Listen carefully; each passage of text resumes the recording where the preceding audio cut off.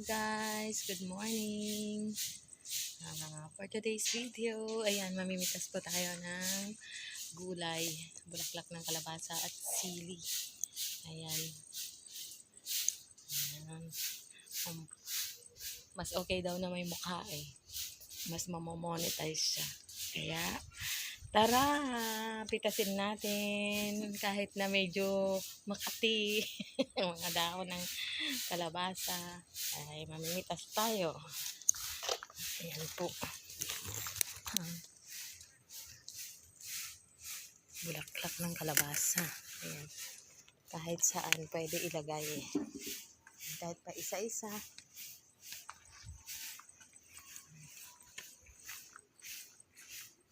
Pa isa-isa, 2, 3, 4, 5 sa isang araw. Makakadami din.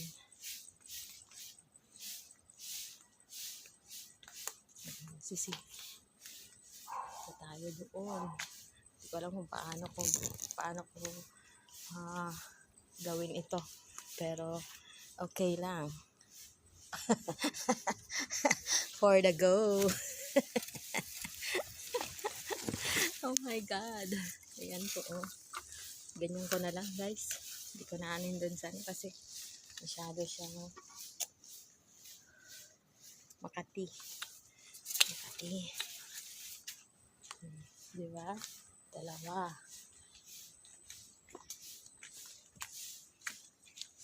Hiwa-hiwalay pa naman.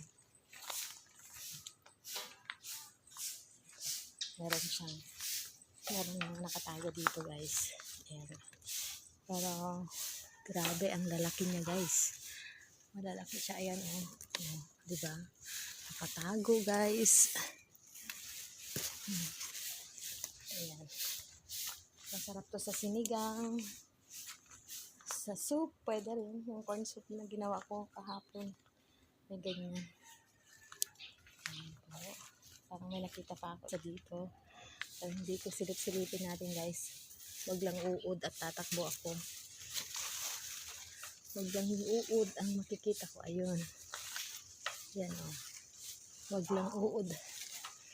Tatakbuhan ko siya. Ito. Yan o. Diba may 4 na? 4. Ayan.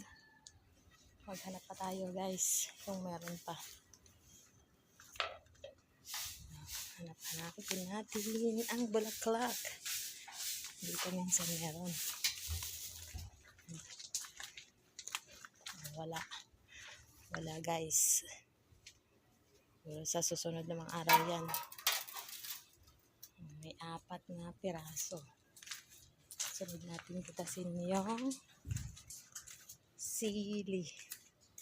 siling mang inasal.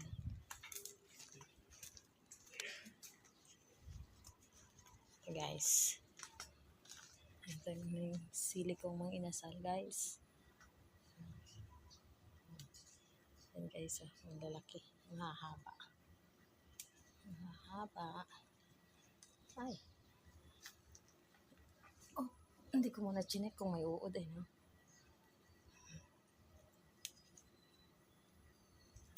Guys,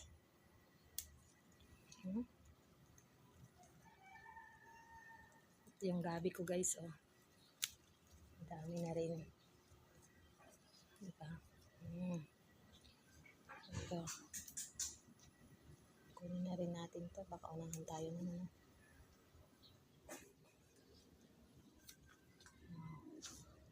Uodski. Yan. O, diba? Madami.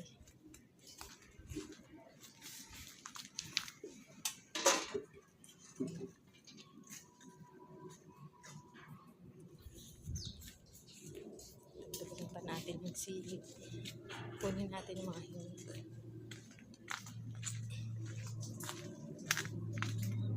Guys, kinakain ko na kinakain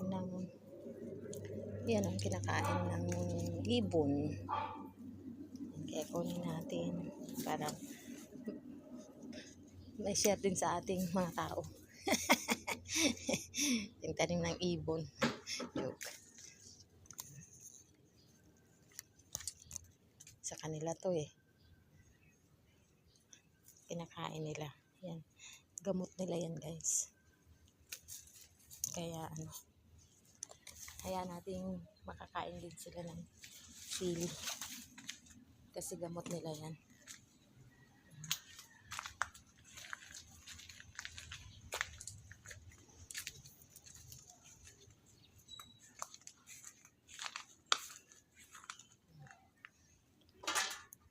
Yes. At ating kunin na ba natin to? Palakihin pa natin konti. Itong okra. Tanggalin natin yung ano ng kalabasa guys. Galamay niya. Kasi kung saan saan siya nakakarating. Ano. Pinuputol ko yung mga kamay niya kasi kung saan saan siya kumakapit eh. Putulin natin yung kamay niya. Kasi kung saan na naman siya makarating. May bunga guys. Oh, yung okra. Isang puno po yan na natira. Naging 3. Pero mayroon na naman siyang langgam sa puno. Lagyan ng konting suka na naman.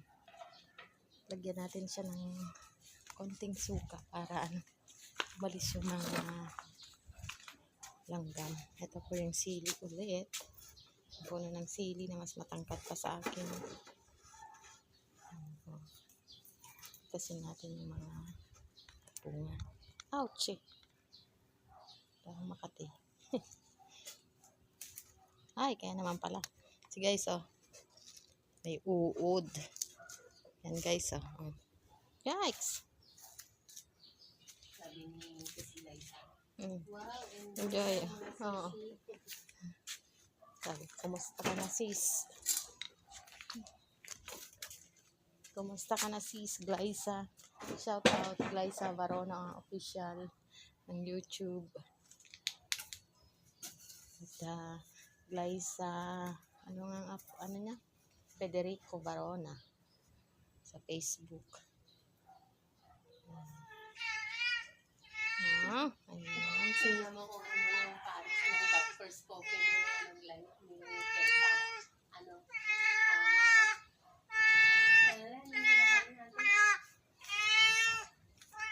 And this.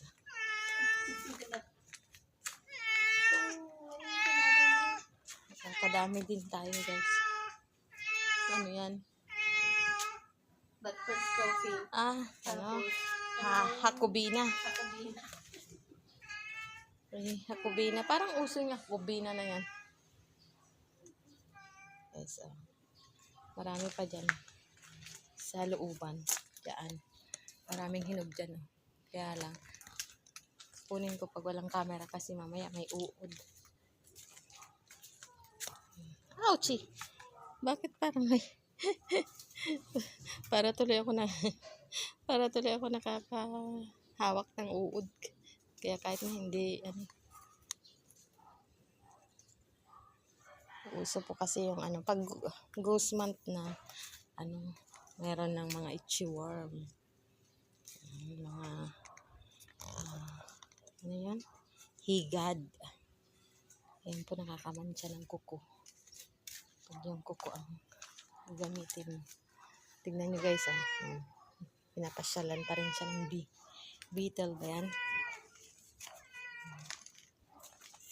Bisita na naman kami. Yung pusa po, pagkadadating yun, hahanap ng pagkain. Saka lang yan pupunta dito pagka hahanap ng pagkain.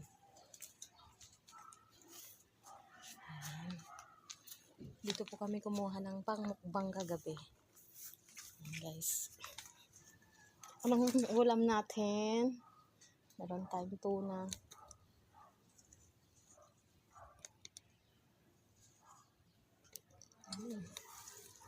Guys.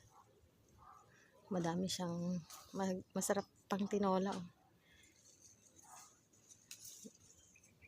Pwedeng kuhanan tong pang tinola, guys. Yun na lang bunga niya. Hindi siya ganun kalalaki. Gaya ng sa mga inasal. Ayan guys. Ayan ang aking harvest. Yung okra, wag muna. Mamayang hapon na para lumaki-laki pa ng konti. Thanks for watching guys.